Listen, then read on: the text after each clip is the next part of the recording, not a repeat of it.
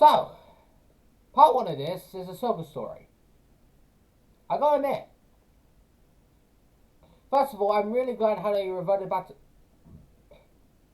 Pardon me. Yeah, sorry.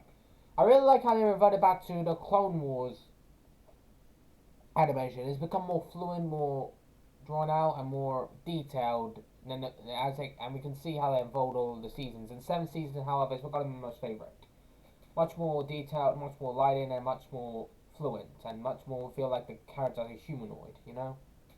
And the baby Ahsoka is cute, but not as cute as as Grogu. I mean, no one.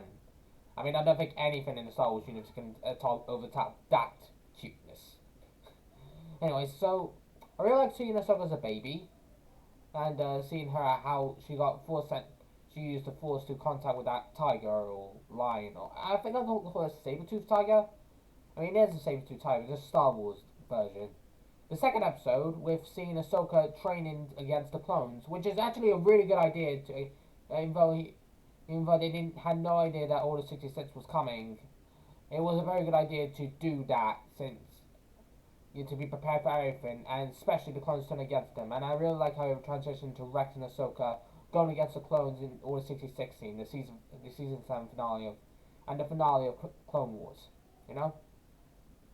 The third one is where we see how much some of the loyalists of the Empire realize how the Empire really doesn't care about anyone, only about itself. The Emperor just not doesn't. And the Inquisitors, yeah. Of course, Ahsoka does earn its title by the Chosen One's son. I mean, Inquisitor is just a piece of cake for her. She can just easily just deal with it, and they know how she got the lightsabers.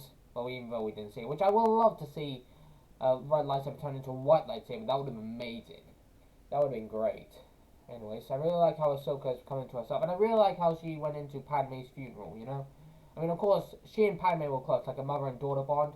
Honestly, if Order 66 didn't happen and the events of Revenge of the Sith didn't happen, and Padme had Luke and Leia, and obviously we all know Obi-Wan knew, and obviously Ahsoka knew. I mean, who else would know it? I mean, I would obviously know if I was close to Anakin. But anyway, so my point, I feel like Ahsoka will obviously be the grandmother and the aunt, and Obi-Wan the cool uncle. That would have been amazing to see. Although I would like to see how Ahsoka did meet Luke in her series. I mean, obviously we are going to see Ezra, but I hope to see more of the other Rebel characters. I mean, they brought back Hera and Kanan in the Bad Batch. I would like to see that. Speaking of the Bad Batch, I would just love. Oh wait, why am I recording this? I would just love to see the Bad Batch and Omega in the Mandalorian season 2. I mean, season 3. I mean, the Mandalorian has a lot. I mean, it already has bridged some of the most famous animated characters into live action, such as Ahsoka. Both was already a live action character. Ahsoka and Grand Fong. Although we didn't see in person, I do have a feeling we are going to see him in Ahsoka, and I would really like to see more of him. He's a pretty good character for me, and a pretty good villain. So calm, and it's kind of intimidating, with his calmness and tactical thinking.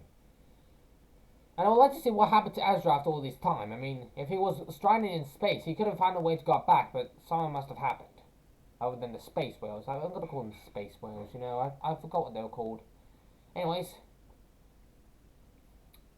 as I was saying, I would just really like to see the Bad Batch and Omega just going on to that. But I don't know how old they would be now. I mean, they must be pretty old, like Rex.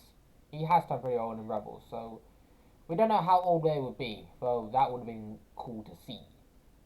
But what I really love is just Cal Kestis making an appearance in the live action, because I mean, Cal Maharan can easily do that instantly, and I would just love to see that. I'm pretty sure a lot of fans will see that. I mean, they did bring in a BD droid, so that was easy to do. If they can do that, they can bring Cal Kestis in. And I would just love to see him in combat, Anyways, enough chit-chatting. It's time for Dooku's story.